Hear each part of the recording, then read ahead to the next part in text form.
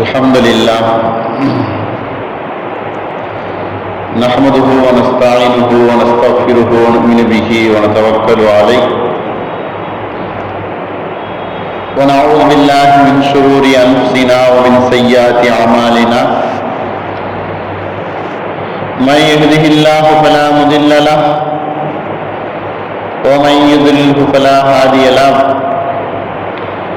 ونشهد أن لا إله إلا الله وحده لا شريك له ونشهد أن سيدنا ونبينا مولانا محمدا عبده ورسوله. قال الله تبارك وتعالى: زين للناس حب الشهوات من النساء والبنين والقناطير المقنطرة من الذهب والفضة.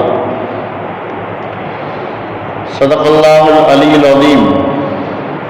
وقال النبي صلى الله عليه وسلم: وعن سهل بن سعد رضي الله عنه قال: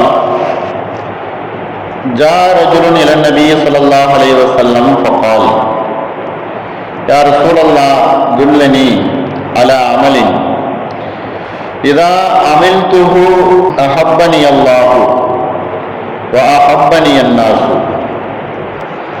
وقال النبي صلى الله عليه وسلم: ازهد في الدنيا يحبك الله وازهد فيها عند الناس يحبك الناس.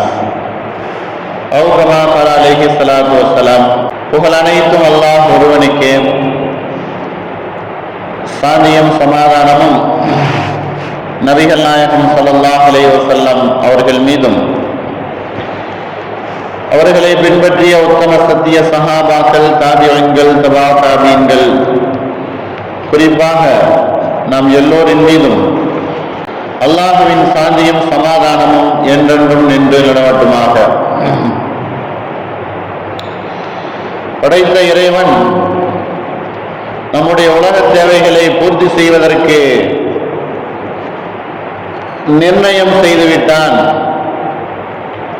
ஆகையினால் மறுமையினுடைய தேவையை பூர்த்தி செய்வதற்கு முயற்சி செய்யக்கூடிய நன்மக்களாக நாம் எல்லோரையும் அல்லாஹ் ஆக்கி அருள் புரிவானாக.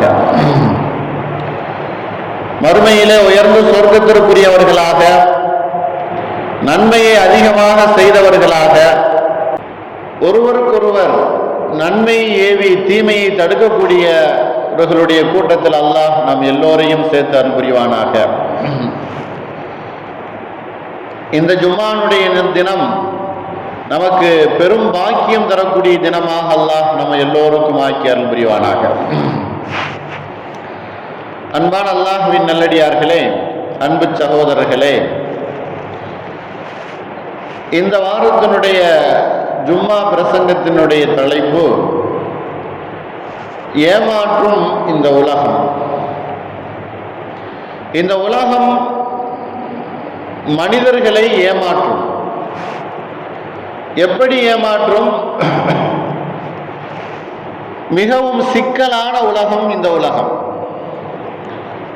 பன்முகத்தன்மை கொண்டது இந்த உலகம். அழகும் அசிங்கமும் உண்மையும் பொய்யும் நிறைந்தது இந்த உலகம். அழகாகவும் தெரியும், சில நேரத்தில் அந்த அழகானதை நாம் செய்து முடித்தால் அது அசிங்கமாகவும் தெரியும். பொய்யும் உண்மையும் கலந்து நடக்கக்கூடிய இந்த உலகம், யதார்த்தமும் மாயையும் அடிக்கடி மங்கி போகக்கூடிய ஒரு உலகம். யதார்த்தமான முறையிலே சில உண்மைகள் நடக்கும், ஆனால் பார்ப்பதற்கு அது நல்லது போல தெரியும். ஆனால் அது சில நேரத்தில் நம்மை மயக்கிவிடும், மயங்கச் செய்துவிடும். அரபியில இந்த உலகத்திற்கு துன்யா என்பதாக பெயர். அரபியில இந்த உலகத்திற்கு துன்யா என்பதாக பெயர் சொல்லப்படும். ஆனால் அது அர்த்தம் என்னவென்று சொன்னால், துன்யா என்பது தற்காலிகமானது, நிரந்தரமானது இல்லை, முடிவுறக்கூடியது, அழிந்து போகக்கூடியது. அதுதான் துன்யா என்பது. துன்யா என்று சொன்னால் ஆரம்பம் இருக்கும், முடிவு இருக்கும். அதுதான் துன்யா. அல்லாஹ் ஆரம்பத்தில் படைத்தான், ஒரு காலத்தில் அதை அழித்து விடுவான். எப்படி மனிதர்கள் ஒவ்வொருவராக அல்லாஹ் அழித்து கொண்டிருப்பதை போன்று துன்யாவையும் ஒட்டுமொத்தமாக அழித்து கியாமத் நாள் ஒன்று அல்லாஹ் கொண்டு வந்து விடுவான். துன்யா என்பது முடிவுறக்கூடிய ஒன்று, தற்காலிகமானது. அதே நேரத்தில் ஒவ்வொரு மனிதனுடைய ஆன்மாக்களுக்கு சோதனை களமும் கூட இது. ஒவ்வொரு மனிதனுடைய ஆத்மாவுக்கு இது ஒரு சோதனை களமாகவும் இருக்கிறது. அதே நேரத்தில் இந்த உலகம் ஒரு ஏமாற்றும் இடம், ஏமாற வைத்துவிடும். இந்த உலகமே கதி, இந்த உலகம்தான் நம்மகிட்ட கிடைத்திருக்கக்கூடிய பொருள் தான், நம்மகிட்ட இருக்கக்கூடியதுதான் என்பதாக முழுமையாக நம்பும்போது அது நம்மளை ஏமாற்றிவிடும். அது நம்மளை மிகப்பெரிய ஏமாற்றத்தினுடைய படுகொலியிலே அதை நாம் தள்ளிவிடும். அது மட்டுமல்ல, பொய்யான வாக்குறுதிகளை கொண்ட ஒரு உலகம், பொய்யான வாக்குறுதிகளை நிறைந்திருக்கக்கூடிய உலகம்தான் இந்த துன்யா என்பது. இந்த துன்யாவை அல்லாஹ் திருமறையிலே எப்படி சொல்லுகிறான்? زُيِّنَ لِلنَّاسِ حُبُّ الشَّهَوَاتِ مِنَ النِّسَاءِ وَالْبَنِينَ وَالْقَنَاطِيرِ الْمُقَنطَرَةِ مِنَ الذَّهَبِ وَالْفِضَّةِ. மனைவி மக்களை கொண்டும் செல்வங்களை கொண்டும் பெரும் பெரும் குவியல்களை கொண்டும் இந்த துன்யாவை ஷைத்தான் அழகுபடுத்தி காட்டுகிறான். இது அனைத்தும் உலகத்தில் இருக்கும், அழகாக தெரியும், கிடைப்பதை போல ஷைத்தான் நமக்கு காட்டுவான். துன்யாவுடைய பிரியத்தை நம்முடைய உள்ளத்திலே ஷைத்தான் பதிய வைத்து விடுவான். துன்யாவுடைய அழகுகளை நமக்கு அல்லாஹ் அழகுபடுத்தி காட்டுகிறான் என்பதாக, ஷைத்தான் அழகுபடுத்தி காட்டுகிறான் என்பதாக அல்லாஹ் கூறி காட்டுகிறான். எத்தனை பொய்யான வாக்குறுதிகளை நிறைந்திருக்கக்கூடிய இந்த உலகம், எப்படி அது செல்வம், அந்தஸ்து, அதிகாரம், இவைகள் எல்லா நிலைமைகளிலேயும் நம்மை கவர்ந்து கொண்டிருக்கிறது. செல்வம் அது கவர்ச்சிகரமானது. அதே போல நமக்கு கிடைக்கக்கூடிய அந்தஸ்து அது மிகப்பெரிய ஆவல் தரக்கூடியது. நம்மிடத்தில் இருக்கக்கூடிய அதிகாரம் அது நம்மிடத்தில் நிரந்தரமாக இருக்கும் என்று எண்ணக்கூடிய அளவுக்குள்ள ஒரு உறுதிப்பாடானது அதிகாரம். நம்முடைய நிலைமையை அது சிந்திக்காது, மாறாக அதை நம்மை கவர்ந்து இழுக்கும். அப்படிப்பட்ட ஒரு நிலையை கொண்டதுதான் இந்த உலகம் என்பது. ஆனால் எவ்வளவு பாடுபட்டு சம்பாதித்து பொருள்களை எல்லாம் சேர்த்து நிறைய பொருளுக்கும் செல்வத்திற்கும் சொந்தக்காரராக ஆனதற்கு பின்னால் திருப்தி என்பது கிடைக்குதா என்று பார்த்தால் அது இல்லை. நிம்மதி இல்லை, திருப்தி இல்லை, போதும் என்கிற தன்மை இல்லை. இதுதானே இந்த உலகம் நம்மை ஏமாற்றக்கூடியது. ஒரு பொருள் நமக்கு கிடைத்து விட்டால் அதோடு நம்ம திருப்தி அடைய வேண்டும். இல்லை இல்லை, இன்னும் வேண்டும் என்பதாக கேட்குதல் என்பது அது இந்த உலகம் ஏமாற்றுகிறது. உலகத்திலே தெரியக்கூடிய பல காட்சிகள் அற்புதமான, அழகான, ஆச்சரியமிக்க காட்சிகள் நம்மை கவர்ந்திருக்கிறது. இதுவும் ஒரு ஏமாற்றம்.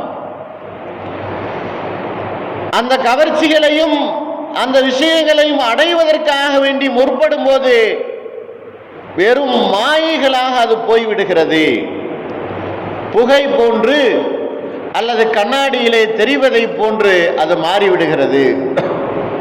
அப்ப இந்த உலகம் என்பது ஒரு புகை போல, புகை கிளம்பியது, ஆனால் அது எங்கு போனது என்பதாக தெரியவில்லை.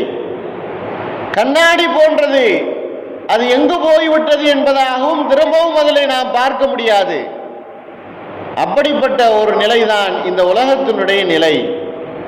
இன்னும் சொல்ல போனால் எப்படி இந்த லைட்டிலே அந்த நெருப்பிலே அந்த நெருப்பை அணைத்து விடலாம், நெருப்பை எரித்து விடலாம், அல்லது நெருப்பை தனக்கு வசமாக ஆக்கி வைத்துக் கொள்ளலாம் என்பதாக பூச்சிகள் எல்லாம் அங்கு வருகிறதோ, அதில் விழுந்து அது நாசமாய் போய் விடுகிறதோ, நெருப்பு பூச்சிகளை போன்று இன்றைக்கு உலகம் நம்மளை ஏமாற்றி அப்படி நாசப்படுத்தி கொண்டிருக்கிறது. உலகத்திலே நெருப்பு பூச்சிகளாக நாம் ஓடிக்கொண்டிருக்கிறோம், நெருப்பு பூச்சிகளாக பறந்து போய் கொண்டிருக்கிறோம். நெருப்பை பார்த்தவுடன் அது தன்னை மாய்த்து கொள்ளக்கூடிய அளவுக்கு இந்த மனிதனுடைய ஏமாற்றம் இந்த துன்யாவில் இருந்து கொண்டிருக்கிறது. சத்தியத்திலிருந்து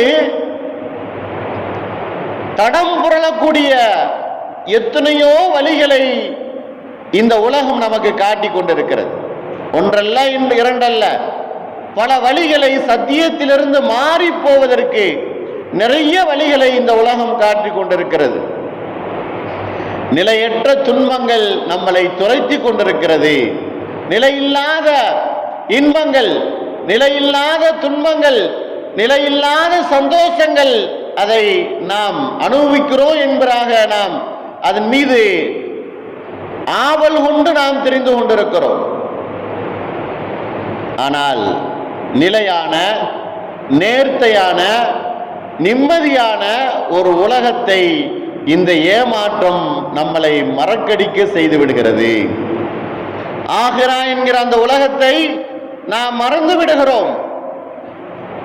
ஏமாற்றப்பட்டது மட்டும் இல்லாமல் மறு உலகத்தினுடைய அனைத்து காரியங்களை செய்வதை விட்டும் நாம் மறக்கடிக்கப்பட்டு போய்விடுகிறோம்.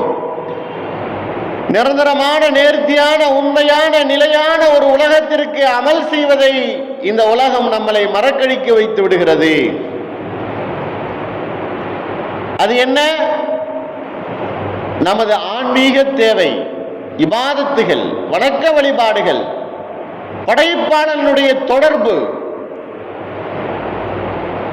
நமக்கு ஏற்பட்டிருக்கக்கூடிய ஆன்மீக வளர்ச்சி, அல்லாஹுவோடு தன்னை இணைத்துக் கொள்ளக்கூடிய முயற்சிகள், இறுதி விதி, இதை நம்புவதை விட்டுவிட்டு நாம் அதை புறக்கணித்து விடுகிறோம். இன்னும் சொல்ல போனால் இந்த துன்யா என்பது ஒரு ஆபத்தான ஒரு கன்னி, ஒரு பெண்மணி. அது தரும் பொய்யான வாக்குறுதிகளை நம்பி இன்றைக்கு துன்யாவிலே நாம் பயணப்பட்டு கொண்டிருக்கிறோம். அது மிகப்பெரிய சிரமத்தை நமக்கு ஏற்படுத்தி விடுகிறது. வெற்றி என்பதாக கிடைத்து சில ஆசை வார்த்தைகளையும், சில வெகுமதிகளையும், சில வாக்குறுதிகளையும் வெற்றி கிடைக்கும் என்பதாக நம்பி நாம் செல்லுகிறோம். ஆனால் அப்படிப்பட்ட நம்மை ஏமாற்றக்கூடிய ஒரு வெற்றியின் சில தரநிலைகளுக்கு இணங்க நம்மை தள்ளும் ஒரு சமூக அழுத்தங்களாக இருந்து கொண்டிருக்கிறது. இப்படிப்பட்ட விஷயங்கள் இன்றைக்கு துன்யாவில் நடந்து கொண்டிருக்க நாம் என்ன செய்ய வேண்டும்? நம்முடைய முயற்சிகள் எப்படி இருக்க வேண்டும்? அன்பான அல்லாஹ்வின் நல்லடியார்களே, உலக பற்றற்ற தன்மை என்பது மிக மிக நமக்கு அவசியமானது. உலகத்தினுடைய தன்மையை, உலகம் இருக்க வேண்டும், ஆனால் அதிலே மூழ்கி விடக்கூடாது. தண்ணீரிலே கப்பல் செல்ல வேண்டும், கப்பலுக்கு தண்ணீர் வேண்டும், ஆனால் அந்த தண்ணீரிலே கப்பல் மூழ்கி விடக்கூடாது. உலகத்தை நடாத்துவதற்கும், உலகத்தை தள்ளிவிடுவதற்கும், உலகத்திலே சமாளித்து போவதற்கும் இந்த பொருளும், இந்த துன்யாவும், துன்யாவில் கிடைக்கக்கூடிய பதவியும், துன்யாவில் இருக்கக்கூடிய செல்வங்களும், அதிகாரமும் நமக்கு தேவை. ஆனால் அதிலே நாம் மூழ்கி விடக்கூடாது. அதிலே நாம் மூழ்கி நம்மை அழித்து கொள்ளக்கூடாது. கப்பல் தண்ணீரிலே மூழ்கினால் அனைத்தும் அழிந்துவிடும். அந்த வார ஒரு நிலைமை இன்றைக்கு நம்மிடத்தில் இருந்து கொண்டிருக்கிறது. நாம் நமது கப்பலை, வாழ்க்கை என்கிற கப்பலை நகர்த்துவதற்கும், ஓட்டி செல்வதற்கும், நம்முடைய இலக்கை அடைந்து கொள்வதற்கும் இந்த பொருளாதாரம், துன்யா நமக்கு அவசியமாக இருக்க வேண்டும். ஆனால் அது நம்முடைய உள்ளத்திலே மூழ்கிவிடக்கூடாது. கையிலே வைத்துக் கொள்ள வேண்டும். துன்யாவுடைய அனைத்து ஆசைகளையும் உள்ளங்கையில் இருக்க வேண்டுமே தவிர உள்ளத்திலே இருக்கக்கூடாது. உள்ளங்கையிலே இருக்க வேண்டுமே தவிர நம்முடைய உள்ளத்திலே இருக்கக்கூடாது. ஒரு இறைநேசர், அல்லாஹ்வுக்கு மிகவும் பிடித்தமானவர் இமாம் அவர்கள் அதில் எழுதுகிறார்கள், ஒரு மனிதர் செல்வந்தர். அந்த செல்வந்தரான மனிதர் கூறுகிறார், அந்த உலக பற்றற்ற அந்த தன்மை உடையவரை பார்த்து சொல்லுகிறார், உலகத்திலே நீங்கள் மூழ்குவதை விட்டும் உங்களை நீங்கள் தடுத்துக் கொள்ளுங்கள் என்பதால். அதுதான் உண்மை. நம்முடைய வெளிப்புறத்திலே எல்லா அனுபவங்களும் இருக்கலாம். சொகுசான காரிலே போகலாம், நல்ல வசதி வாய்ப்புகள் உள்ள உணவுகளை சாப்பிடலாம், உயர்தரமான ஆடைகளை உடுத்தலாம், நல்லதொரு இடத்திலே நாம் உறங்கலாம், தங்கலாம். அனைத்தும் நமக்கு உலகத்திலே கிடைக்கக்கூடியது. ஆனால் அது நமக்கு உள்ளத்திலே வந்துவிடக்கூடாது. உள்ளம் என்பது உலக பற்றற்ற தன்மை கொண்ட உள்ளமாக இருக்க வேண்டும். எது கிடைத்தாலும் அது போகக்கூடியது. எது நமக்கு கிடைத்தாலும் அது கொஞ்ச காலம் நம்மிடத்தில் இருக்கும், அது போய்விடும் என்கிற எண்ணம் உள்ளத்திலே வர வேண்டும். இதுதான் உலக பற்றற்ற தன்மை என்பது. நபி ஸல்லல்லாஹு அலைஹி வஸல்லம் அவர்களிடத்தில் ஒரு மனிதர் வந்து கேட்கிறார். ஸஹல் இப்னு ஸஅத் ரலியல்லாஹு அன்ஹு அவர்கள் இந்த ஹதீஸ் அறிவிக்கிறாங்க. நபி ஸல்லல்லாஹு அலைஹி வஸல்லம் அவர்களிடத்தில் ஒரு மனிதர் வந்து கேட்கிறார், அல்லாஹ்வின் தூதரே, எனக்கு ஒரு விஷயத்தை கற்றுக் கொடுங்கள், எனக்கு ஒரு விஷயத்தை நீங்கள் எடுத்து சொல்லுங்கள், அந்த காரியத்தை நான் செய்யணும், நீங்க சொன்ன விஷயத்தை என்னுடைய வாழ்க்கையில நான் செய்து வரணும். அப்படி அந்த காரியத்தை செய்யும் போது அல்லாஹ் என்னை பிரியம் கொள்ளணும், மக்களும் என்னை பிரியப்படணும். அல்லாஹும் என்னை பிரியம் கொள்ளணும், மக்களும் என்னை பிரியப்படணும். அப்படிப்பட்ட ஒரு காரியத்தை எனக்கு சொல்லுங்கள் என்பதாக நபி ஸல்லல்லாஹு அலைஹி வஸல்லம் அவர்களிடத்தில் ஒரு மனிதர் வந்து கேட்கிறார். நபி அவர்கள் ரத்தின சுருக்கமாக சொன்னார்கள். மிகவும் சுருக்கமான வார்த்தையிலே நிறைய கருத்துக்களையும் நிறைய பதில்களையும் சொன்ன இருக்கக்கூடிய ஒரு பதிலை நபி ஸல்லல்லாஹு அலைஹி வஸல்லம் அவர்கள் சொன்னார்கள், இஸ்ஹத் ஃபித் துன்யா, துன்யாவிலே நீ பற்றற்ற தன்மையோடு நடந்து கொள். துன்யாவிலே பற்றின்மை என்பது வேண்டும். துன்யாவோடு நீ கலந்துரவாடுதல். துன்யா என்பது தூங்கும் போதும் விழிக்கும் போதும் துன்யா துன்யா என்று எப்பொழுது பார்த்தாலும் நீ அலைந்து கொண்டிருப்பதை விட்டுவிட வேண்டும். அப்படி விட்டுவிட்டால் யுஹிப்புக அல்லாஹ், அல்லாஹ் உன்னை நேசிப்பான். இஸ்ஹத் ஃபித் துன்யா யுஹிப்புக அல்லாஹ், அல்லாஹ் உன்னை நேசிப்பான். எவ்வளவு கிடைக்கும் என்பதா அல்லாஹ் நாடி இருக்கிறானோ அது எனக்கு கிடைக்கும். எனக்கு நிறைய வசதி வாய்ப்புகள் இருந்தாலும் ஆனால் துன்யா என்கிற அந்த வசதி வாய்ப்பு என்னுடைய உள்ளத்தில் வராது. அதுதான் உள்ளத்தில் ஏற்படக்கூடிய பற்றற்ற தன்மை, துன்யாவினுடைய பற்றற்ற தன்மை. இன்னொரு விஷயத்தை நபி ஸல்லல்லாஹு அலைஹி வஸல்லம் அவர்கள் சொன்னார்கள், அந்த மனிதருக்கு இந்த செயல் உனது வாழ்க்கையில இருந்தது அப்படின்னு சொன்னா நிச்சயமாக நீ அல்லாஹ் உன்னை பிரியப்படுகிறான். மனிதர்களிடத்தில் இருக்கக்கூடியதை விட்டும் நீ பிரியப்படக்கூடாது. அவர் வீடு கட்டிட்டாரா, நானும் வீடு கட்டணும். அவர் பைக் வாங்கிட்டாரா, நானும் வாங்கணும். அவர் ஒரு கடை வைத்து இன்னொரு கடை வாங்கிட்டாரா, அதையும் நான் வாங்கணும். மனிதர்களிடத்தில் இருக்கக்கூடிய பொருளின் மீது நீ ஆசைப்படாதே. அப்படி ஆசைப்படாமல் இருந்தால், அதன் மீது பற்றின்மையாக நீ இருந்தால் மனிதர்கள் உன்னை நேசிப்பார்கள். அந்த மனிதர் என்ன கேட்டார், அல்லாஹ்வும் என்னை பிரியம் கொள்ளணும், மனிதர்களும் என்னை பிரியப்படணும். இந்த ரெண்டுமே ஏற்படணும். படைத்தவனுடைய பிரியமும் வேண்டும், படைப்புகளுடைய பிரியமும் வேண்டும். இந்த ரெண்டும் வேண்டும் என்று சொன்னால் உலகத்தில் எந்த பொருளின் மீது நீ ஆசைப்படாது. உலகத்தில் உள்ள எல்லா பொருள்கள் மீதும் நீ பற்றற்ற தன்மையாக இரு. உணவு, உயர்ந்த உணவு கிடைத்தது, சாப்பிட்டு முடித்தாய், அல்ஹம்துலில்லாஹ். சில நேரங்களில் சில இடங்களிலே சாதாரண உணவு கிடைத்தது, அதுதான் அல்ஹம்துலில்லாஹ், அது போதும்.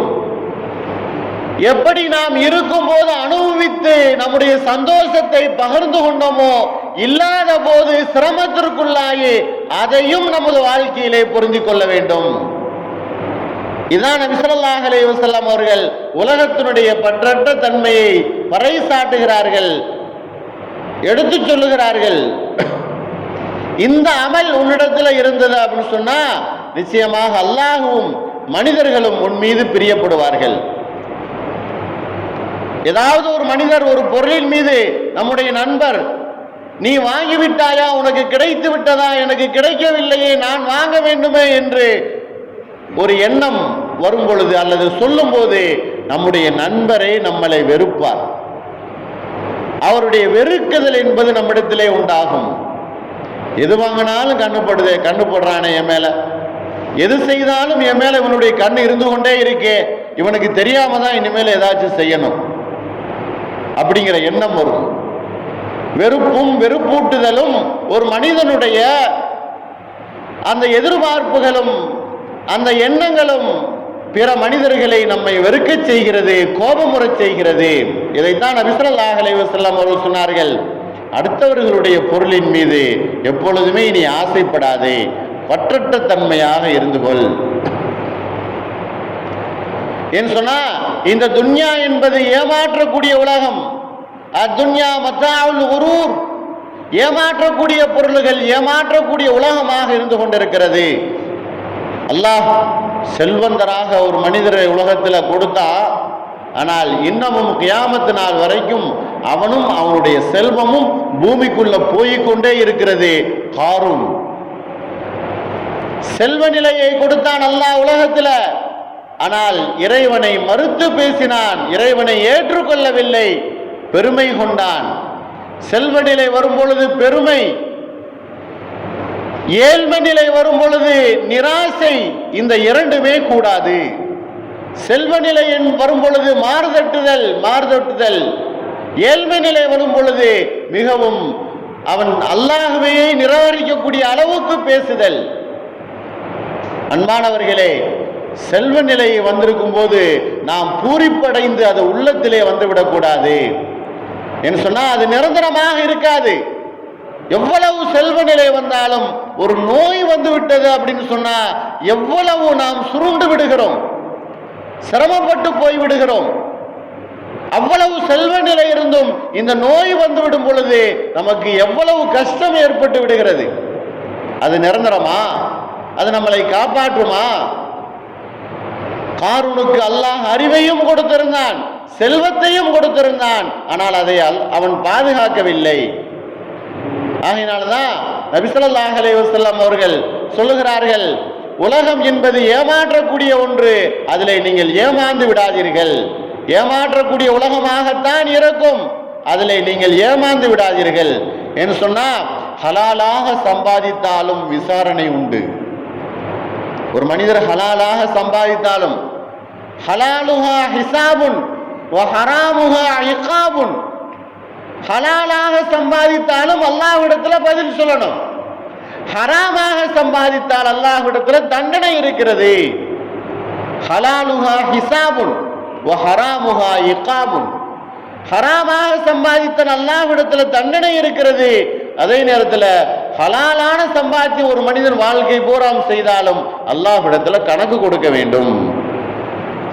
நபி ஸல்லல்லாஹு அலைஹி வஸல்லம் அவர்கள் இந்த துன்யாவை பற்றி சஹாபாக்களுக்கு அவ்வளவு எச்சரிக்கை செய்து கொண்டே இருப்பார்கள். ஒரு தடவை ஒரு ஆடு செத்து விட்டது. அந்த ஆட்டை வைத்து கொண்டு, உங்களில் யாராவது இந்த செத்து போன ஆட்டை ஒரு திருகத்துக்கு வாங்குவீங்களா என்பதாக கேட்கிறாங்க. ஒரே ஒரு திருகம் கொடுத்து இந்த ஆட்டை எடுத்துக்கோங்க, செத்து போன ஆட்டை. அல்லாஹ்வின் தூதரே, செத்து போன ஆட்டை போய் ஒரு திருகத்துக்கு யாராச்சும் வாங்குவாங்களா? அதை தூக்கி புதைக்கணும், இல்லாட்டி குப்பையில தூக்கி போட வேண்டியதுதான், அதை போய் யாரு வாங்குவாங்க? நபி ஸல்லல்லாஹு அலைஹி வஸல்லம் அவர்கள் சொன்னார்கள், அப்படித்தான் இந்த துன்யா என்பது அல்லாஹ்வினுடைய மதிப்பு ஒரு திருகத்துக்கு கூட கிடையாது. அல்லாஹ் இந்த துன்யாவை மதிப்பளித்தால் ஈமான் கொள்ளாத யாருக்குமே அல்லாஹ் உலகத்தில் செல்வ நிலையை கொடுக்க மாட்டான்.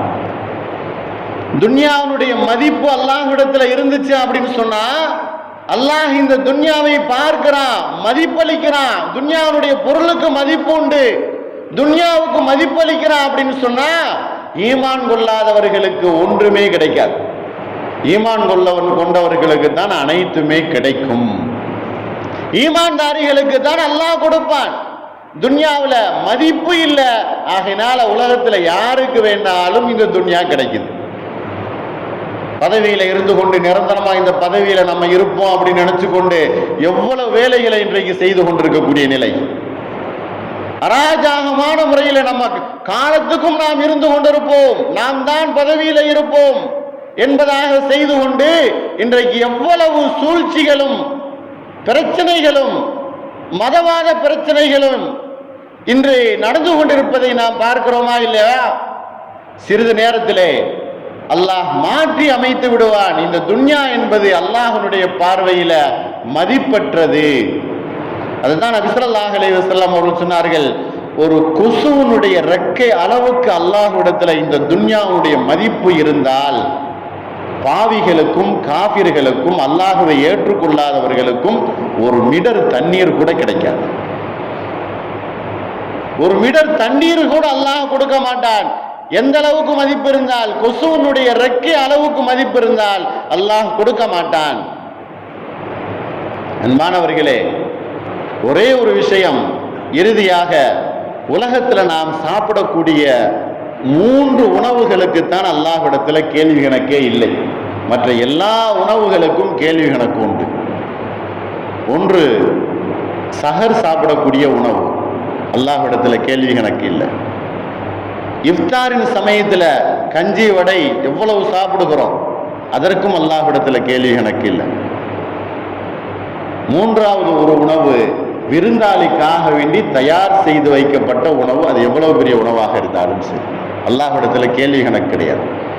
மற்ற எல்லா உணவுகளுக்கும் அல்லாஹ்விடத்தில் கேள்வி கணக்கு உண்டு. நாம் நினைத்துக் கொள்கிறோம், வசதி வாய்ப்புகள் நம்ம இடத்துல வந்துவிட்டது என்று சொன்னால் நாம் வெற்றி பெற்று விடுவோம் என்பதாக நினைக்கிறோம். நிச்சயமாக அல்லாஹ்விடத்துல பதில் சொல்ல வேண்டும். உலகம் ஏமாற்றும், நம்மளை ஏமாற்றிவிடும். எச்சரிக்கையாக இருக்க வேண்டும். நபி ஸல்லல்லாஹு அலைஹி வஸல்லம் அவர்கள் சொன்னார்கள், உங்களுக்கு பொருள் கிடைப்பதையோ, சஹாபாக்களை பார்த்து, நீங்கள் நல்ல விதமாக உண்ணுவதையோ உறங்குவதையோ உடுத்துவதையோ நான் கவலைப்படவில்லை, மாறாக இந்த செல்வம், இந்த உலக வாழ்க்கை உங்களை மூழ்கடித்து விடுமோ என்பதாக நான் பயப்படுகிறேன்.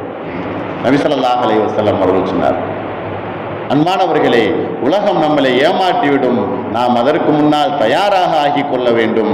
உலக பற்றின்மை, உலக பற்றற்ற தன்மை, உலகம் நமக்கு வேண்டும், வைத்துக் கொள்வோம் நம்முடைய வாழ்க்கை நடத்துவதற்கு, ஆனால் அதுக்குள்ளேயே நாம் மூழ்கிவிட மாட்டோம் என்கிற எண்ணம் நம்முடைய உள்ளத்தில் இருக்கணுமே தவிர வெளியில பேசக்கூடிய விஷயம் அல்ல, உள்ளத்தில் இருக்க வேண்டும். நபி ஸல்லல்லாஹு அலைஹி வஸல்லம் அவர்கள் சொன்னார்கள், அதைத்தான் அல்லாஹ் திருமறையில, சைத்தான் உங்களுக்கு எல்லாத்தையும் அழகுபடுத்தி காட்டுவான், ஆனால் நீங்க தான் எச்சரிக்கையோடு நடந்து கொள்ள வேண்டும்.